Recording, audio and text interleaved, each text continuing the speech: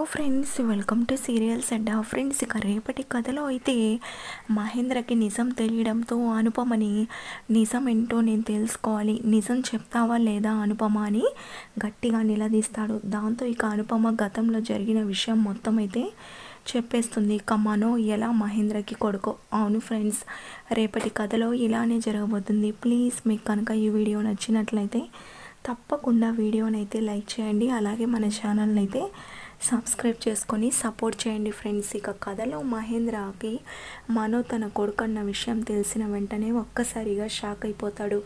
ఇక రిషి అయితే ఏంటి మేడం మీరు వస్తారా, చెప్పేది నిజమేనా అని అంటుండడంతో అవును రిషి, మనో మహేంద్ర కొడుకే, నేనే పాపిష్టిదాన్ని, అయినా ఇప్పుడు అవన్నీ నేను చెప్పలేనని అక్కడి నుంచి హాల్లోకి వెళ్ళిపోతుంది. ఇక వస్తారా సార్, మేడం చాలా బాధపడుతున్నారు, అసలు ఏం జరుగుతుందో నాకు కూడా తెలియదు సార్, కానీ మనో మామయ్య కొడుకు అన్న విషయం మాత్రమే ఇన్ని రోజుల నుంచి నాకు తెలుసు. ఈరోజు ఎలాగైనా మీకు కూడా ఆ నిజం తెలియాలని ఇక్కడికి తీసుకొచ్చానని చెప్తూ ఉండగా మహేంద్ర ఇక ఈ మాటలు మొత్తం విని అసలు మనో నా కొడుకేంటి, ఏంటి అనుపమ ఇలా చెప్తుంది, అసలు నిజాలేంటో నేను తెలుసుకొని తీరాలని చెప్పి అనుపమ అంటూ అక్కడికి వస్తాడు. ఇక మహేంద్ర గొంతు విన్న వస్తారా రిషి హాల్లోకి వస్తారు. ఇక రిషి డాడ్ మీరేంటి ఇక్కడ అని అంటుండడంతో ఇక మహేంద్ర రిషి నేనంతా విన్నాను, ఏంటి అనుపమ మనో నా కొడుకేంటి అని అడుగుతూ ఉంటాడు. ఇక అనుపమ ఏంటి మహేంద్ర నువ్వెప్పుడు వచ్చావు అని అడుగుతూ ఉంటే నువ్వు రిషితో అలాగే మనో నా కొడుకు అని చెప్పావు చూడు, అప్పుడే అంతకన్నా ముందే వచ్చాను, నాకేం అర్థం కావడం లేదు, మనో నా కొడుకేంటి చెప్పు అనుపమ, గతంలో ఏం జరిగింది అని అడుగుతూ ఉండడంతో నేను చెప్పలేను మహేంద్ర అని అంటుంది. ఇక మహేంద్ర ఈరోజు నువ్వు నిజం చెప్పకపోతే నా మీద ఒట్టే, నేను నిజం తెలుసుకొని తీరాలి, మనో నాకు ఎలా కొడుకో నేను తెలుసుకోవద్దా అని అడుగుతూ ఉండడంతో ఇక వస్తారా కూడా అవును మేడం, ఇంకా ఎందుకు మీరు దాచిపెట్టడం, నిజం ఈరోజు కాకపోయినా రేపైనా తెలుస్తుంది, ఇప్పటికే మనో గారికి కూడా నిజం తెలిసిందని నేను అనుకుంటున్నాను, రేపటి రోజు మనో గారికి కూడా మీరు సమాధానం చెప్పి తీరాలి, అలాగే మామయ్య కూడా మనో తన కొడుకు ఎలానో తెలియకపోతే ఎలా మేడం, ప్లీజ్ చెప్పండి మేడం అని అడుగుతూ ఉండడంతో ఇక అనుపమ చెప్తాను వస్తారా, ఇదంతా నా కారణంగానే జరిగింది, నేనే అసలు పాపిష్టిదాన్నని అంటూ ఉంటుంది. ఇక వస్తారా అసలు ముందు ఏం జరిగిందో చెప్పండి మేడం అని అంటుంది.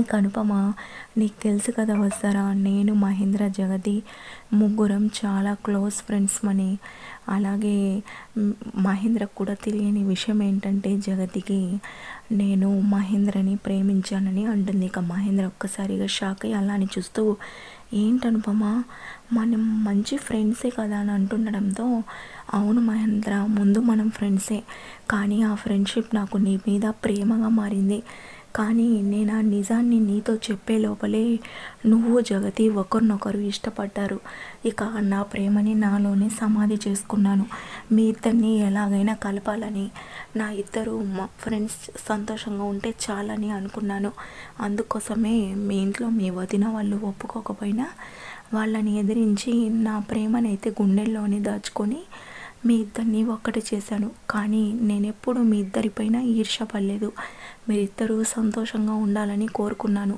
అందుకోసమే మీ ఇంట్లో వాళ్ళతో కూడా గొడవపడి మీకు పెళ్లి చేశాను, ఆ తర్వాత మీ వదిన కొన్ని రోజుల పాటు మిమ్మల్ని రానివ్వలేదు కదా, అప్పుడు నేను మీతో పాటే కలిసి ఉండేదాన్ని గుర్తుందా అని అంటుంది. అవును గుర్తుంది, అయినా జగతి డెలివరీ అయినప్పటి నుంచే నువ్వు కనిపించడం లేదని అంటాడు. దాంతో అనుపమ చెప్తాను మహేంద్ర ఏం జరిగిందో, నువ్వు నేను జగతి కలిసి ఉండేవాళ్ళం కదా, ఇక జగతి అప్పుడు ఇక ప్రెగ్నెంట్గా ఉండేది, అలాగే నువ్వు నా దగ్గరే జగతిని వదిలిపెట్టి ఒకసారి నువ్వు క్యాంప్కి అయితే వెళ్ళావు, అలాగే ఇక జగతికి నెలలు నిండి ఉండడంతో తనకి నొప్పులు వచ్చాయి, అప్పుడే నేనే హాస్పిటల్కి తీసుకెళ్ళాను తనకి, అక్కడికి వెళ్ళిన తర్వాత ఇక జగతికి డెలివరీ అయింది, అప్పుడు జగతికి ఇద్దరు ట్విన్స్ అయితే పుట్టారు, వాళ్ళే రిషి మనో, అలాగే జగతి ఇంకా స్పృహలో నుంచి బయటికి రాలేదు, ఇక డాక్టర్ గారు వెంటనే నాకు ఈ విషయం వచ్చి చెప్పడంతో చాలా హ్యాపీగా ఫీల్ అయ్యాను,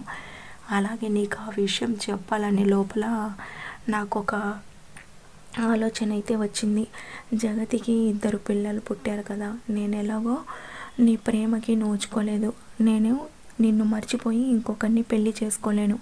అందుకోసమే ఆ ఇద్దరు బాబుల్లో ఒక బాబుని నా కొడుకుగా పెంచుకోవాలని డాక్టర్ గారిని రిక్వెస్ట్ చేసి ఈ విషయం జగతితో కానీ నీతో కానీ ఎవరికి చెప్పొద్దని చెప్పి అందులో ఒక బాబుని నేనైతే తీసుకొని అక్కడి నుంచి వెళ్ళిపోయాను. అప్పటి నుంచే నేను మీకు కనిపించకుండా పోయాను. నా కాంటాక్ట్స్ కూడా మీకు లేకుండా పోయాయి.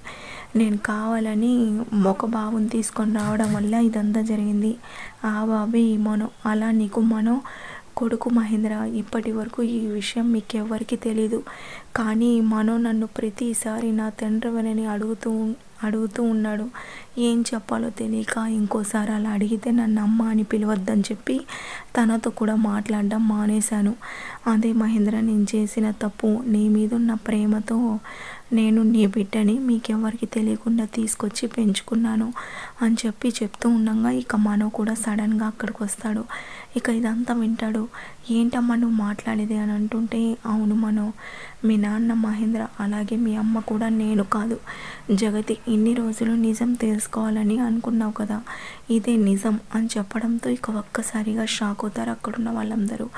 ఇక ఏంటి అనుపమ ఇదంతా నిజమా అని అంటుంటే నిజమని అంటుంది. ఇక ఆ తర్వాత మనో కూడా చాలా బాధపడుతూ ఉంటాడు. ఇక మహేంద్ర నాన్న మనో అని చెప్పడంతో, నన్ను క్షమించండి డాడ్, నేను మిమ్మల్ని ఎంతగానో తప్పుగా అపార్థం చేసుకున్నాను.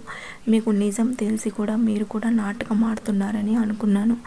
అయినా ఇదంతా ఇప్పుడే నాకు కూడా తెలిసింది అని చెప్పి ఇక మహేంద్ర కాళ్ళ మీద పడతాడు. ఇక మహేంద్ర మనోనలా ప్రేమగా దగ్గరికి అయితే తీసుకుంటాడు. ఇక రిషి కూడా వస్తారా, చాలా హ్యాపీగా అయితే ఉంటారు. ఫ్రెండ్స్ ఇక కథలో అయితే ఇలానే జరుగుతుంది. ప్లీజ్ ఫ్రెండ్స్, మీకు కనుక ఈ వీడియో నచ్చినట్లయితే తప్పకుండా ఒక లైక్ ఇవ్వండి. Thank you for watching.